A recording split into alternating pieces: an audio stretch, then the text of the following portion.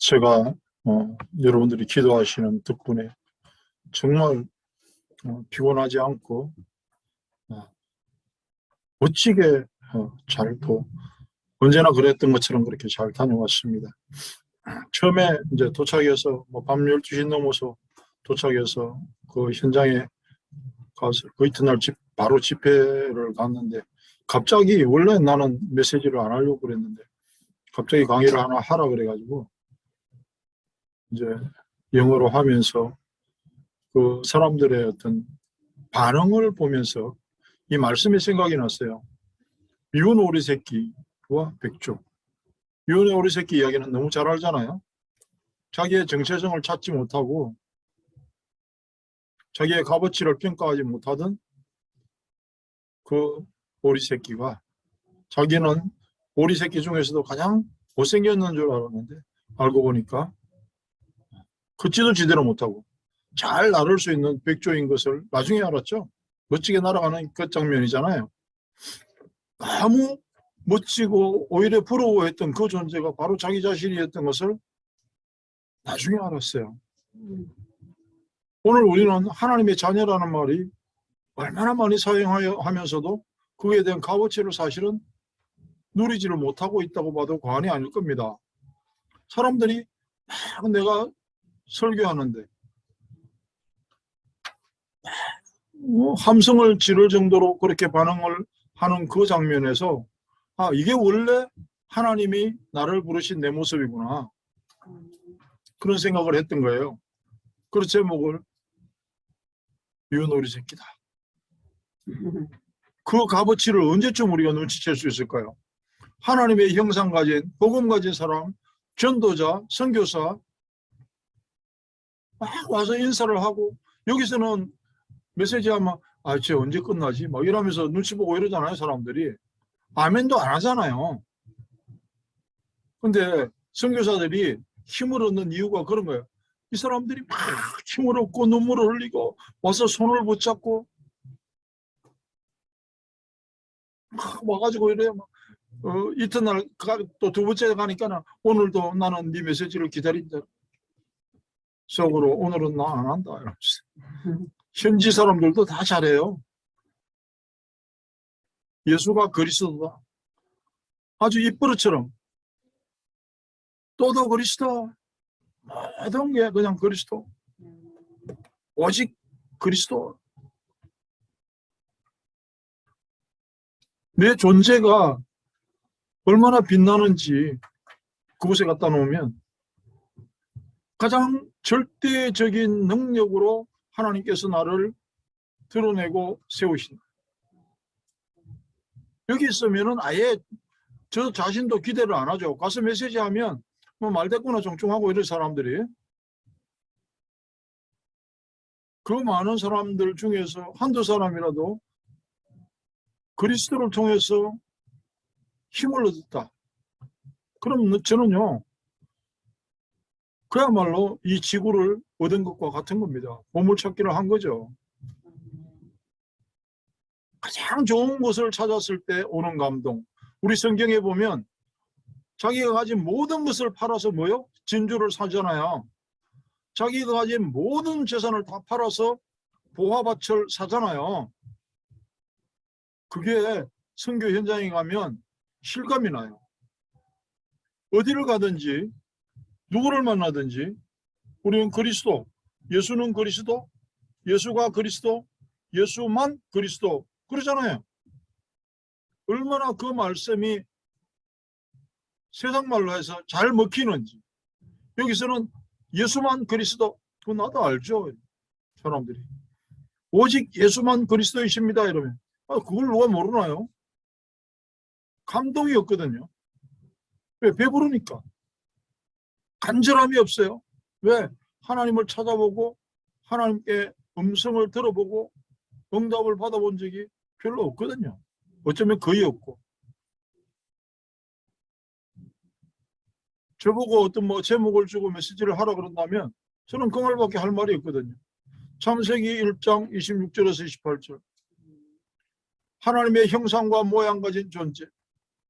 그 신분을 알 때 정복하고 생육하고 번성하고 다스리는 권세를 누릴 수 있는 것. 그리고 생명의 계약, 인간이 하나님의 영을 불어넣은 존재가 되고, 한 가지만 지켜라. 그게 창세기 2장 17절이에요. 첫 계약, 따먹지 마라. 그리고 따먹은 사건이 창세기 3장 사건이고, 멸망의 시작, 저주의 시작. 저는 그 말씀 외에는 할 말이 없어요. 그야말로 배부른 사람들에게는 무슨 소린가 하는, 그러면서도 자신의 문제에 시달리고 고통스러워하는 현대사회에, 특히 미국이나 한국에 사는 사람들, 정말 중요한 거 다 놓치고 안 중요한 거 붙잡고 살아가는 사람들. 그런데 그 선교 현장 가면 우리 70년대 막 빌리그레한 목사가 오고 조영남이가 막 부름받아가지고 미국으로 가서 신학 공부를 하고, 그 시절처럼 사람들이 전부 메시지 필기하고 기록하고 눈망울이 초록초록 해가지고요, 한마디도 안 놓치려고 하는 그 모습에 오히려 내가 은혜를 보고,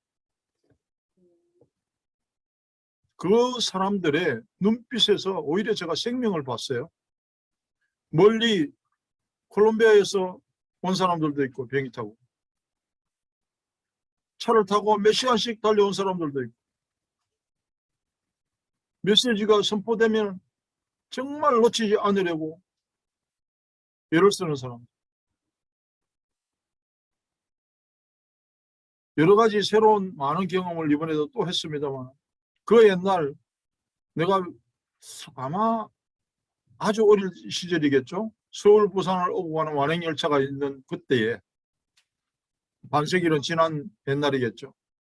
그때 서울 부산 다니는데 한 10시간 이상 걸릴 때니까 가다가 뭐 쉬고 뭐 국수 먹는다고 또 쉬고 그럴 때잖아요.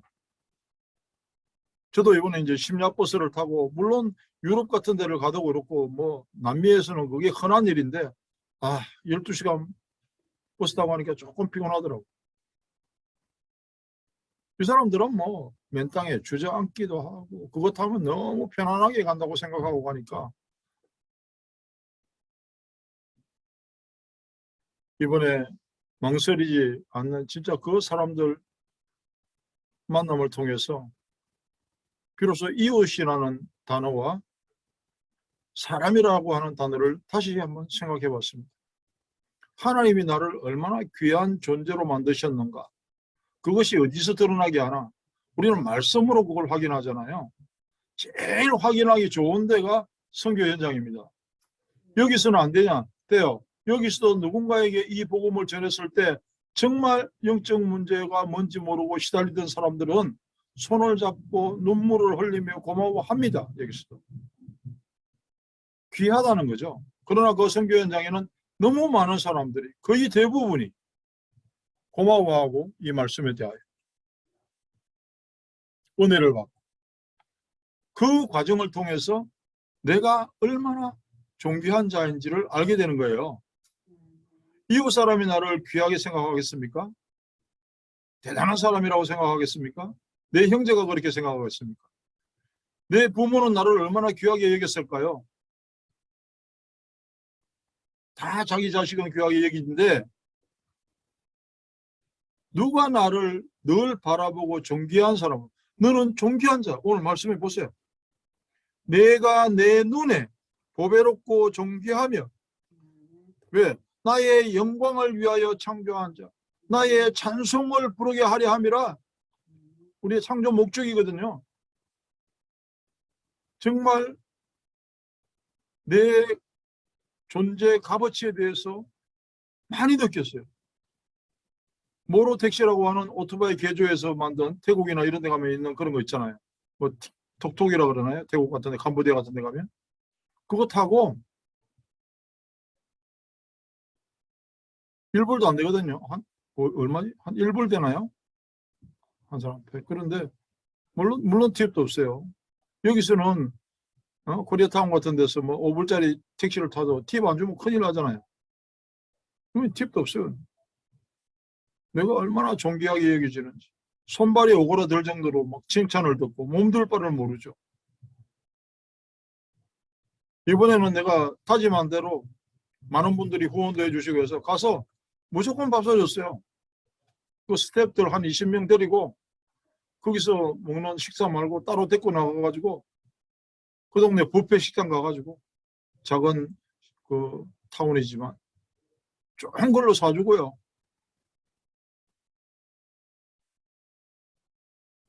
100불, 많으면 200불. 3일 동안 계속 내가 사줬어.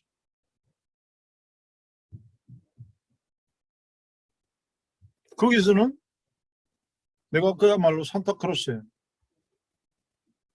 그 사람들이 생각할 때 나는 재벌인 줄 아나 봐. 하나님이 영육간에 나를 존귀하게 하고, 왜냐하면 선교의 보탬이 되리라. 내가 그 현지 선교사에게 그렇게 이야기했습니다. 당신은 이런 구름 때처럼 몰려 지금까지 합숙 훈련을 받은 사람들이요 17만 명을 넘었어요. 명단을 17만 명이 되었으면 그에 대한 파워가 있어야 될 거 아니에요. 나는 이 일에 경제를 감당할 수 있도록 기도하고 행동하겠다. 필요하지 않냐. 카자흐스탄 선교사도 관심을 가지고 서로 통화를 했습니다. 어제 터키에서 선교 활동을 하고. 경제가 필요하지 않습니까? 필요하죠. 한글학교 하는데 저 시골 가서도 돈 50불 주니까 한 10명 넘는 사람들 자기들이 다 재료 사가지고 와가지고 다 아이들 먹이고 서비스하고. 나중에 내가 유튜브로 잘 정리를 해서 올릴 예정이긴 합니다만 가는 곳마다 내가 대접할 수 있어서 얼마나 하나님 앞에 감사하고 후원자들한테 감사한지 몰라요. 이 장황한 설명을 하는 이유는 뭐냐? 우리가 얼마나 귀한 존재인가를 좀 알자, 이런 말씀을 드리려고 하는 겁니다.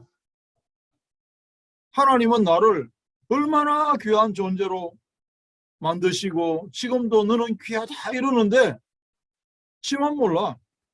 지만 저 자신을 100불짜리도 안 되게 만들어 놓고 살아서 뭐 하나. 그게 이제 마지막까지 가면 뭐 하죠? 소살하잖아요.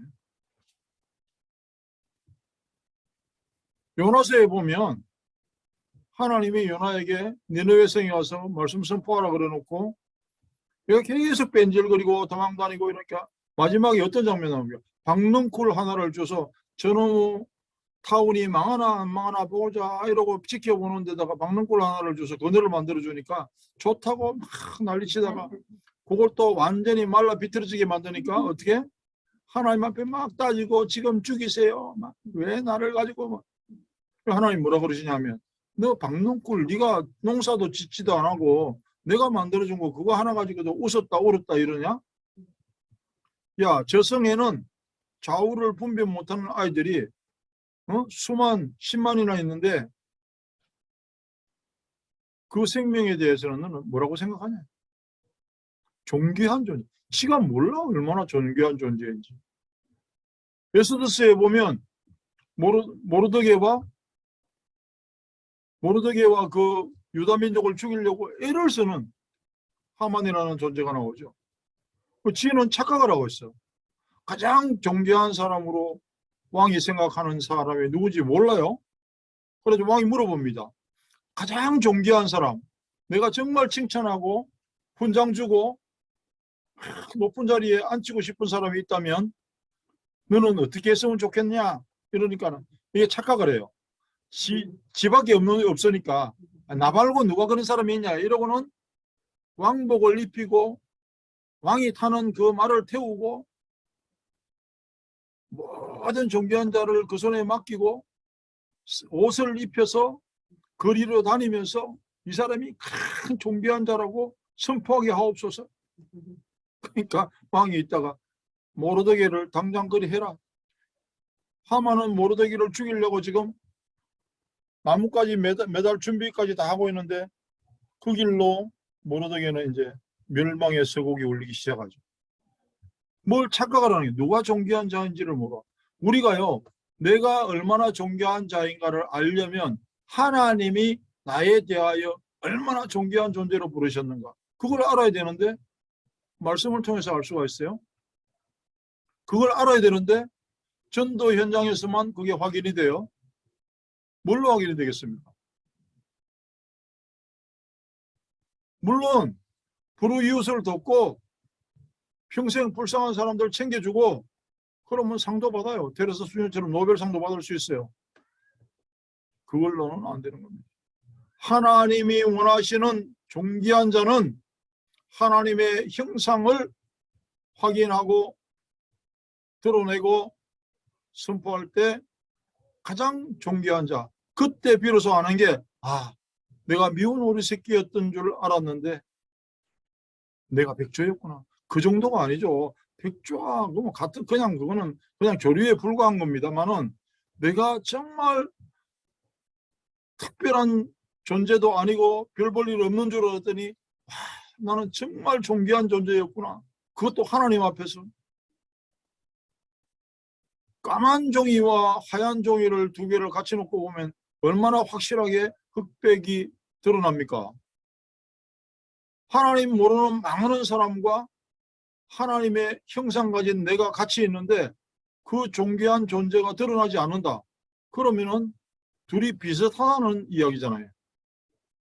절대 불신자, 그리스도에 목마르지 않고 갈급함도 없는 남편이나 아내와 같이 살면서 둘이 참 잘 맞고 금슬 좋고, 둘 중에 하나는, 하여튼 둘 중에 하나가 아니죠. 마귀의 자식하고 하나님의 자녀와 너무 죽이 잘 맞다. 뭔가 함량의 문제가 있어요. 그러면 싸워야 되거든요.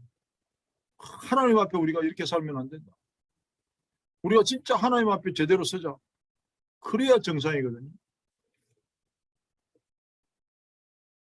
내 영적인 존재 값어치, 그 부분에 대해서 정말 생각하고, 저는 또 한 번만 그런 게 아니라 또 한 번이에요. 또 한 번 확인하시. 그때마다 저는 눈물이 납니다. 야, 하나님이 정말 야곱에게 지렁이 같은 벌레만도 못한 그런 존재일 수 있어요.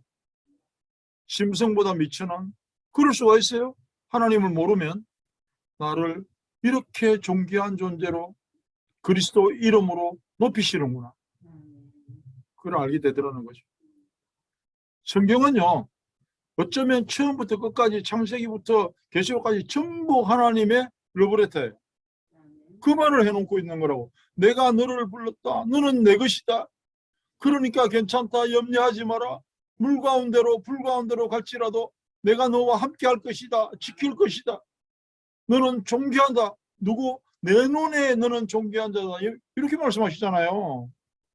세상 사람들이 볼 때에, 미국 대통령이 볼 때에가 아니고 하나님이 보시기에 그 말씀의 대표적인 내용이 이사야 43장 오늘 소개드린 말씀입니다. 난 대표로 이 말씀을 소개드리고 싶은 이유가 창세기부터 계시록까지 하나님의 말씀에 하나님이 나에 대하여 어떻게 생각하시는가에 대한 결론, 그리고 핵심, 주제, 대표적 요절, 한 주간 동안 정말 자다가도 벌떡 일어날 만큼 나의 존재 값어치에 대한 감격을 찾으시기를 축복합니다. 아멘. 하나님 우리 아버지 감사합니다. 내가 너를 존귀하게 여기노라 하신 그 말씀이 한시도 잊지 않고 우리의 귀에 들려지게 하시고 말씀을 볼 때마다 확인되게 하여 주셔서 나를 만나는 모든 사람들에게 함께의 축복을 누리게 하여 주시옵소서. 그 감사한 마음으로 오늘도 우리는 하나님 앞에, 말씀 앞에 머리를 숙이고 감사의 찬양을 드립니다. 그리고 세상에 살아가는데 정말 필요하다고 생각하는 물질도 드렸습니다. 하나님, 이 예물이 하나님 앞에서 그리스도 이름으로 선교 현장과 죽어가는 심령들을 살려내는 데 쓰임받을 때에 우리의 경제가 회복되고 우리의 복음 경제와 빛의 경제로 더 많은 사람들에게 마음껏 도울 수 있도록 복의 복을 더하여 주시옵소서. 드린 손길을 하나님의 방법으로 마음껏 복되게 하옵소서. 지금은 우리 주 예수 그리스도의 은혜와 하나님 우리 아버지의 청량할 수 없이 크신 사랑과 성령의 동행하시고 역사하심이 이제 가장 존귀한 존재로 살아가며 자랑하기를 원하는 성도들과 그 내용을 저 멀리 선포해야 될 선교 현장 끝까지 영원토록 함께 계실지어다. 아멘.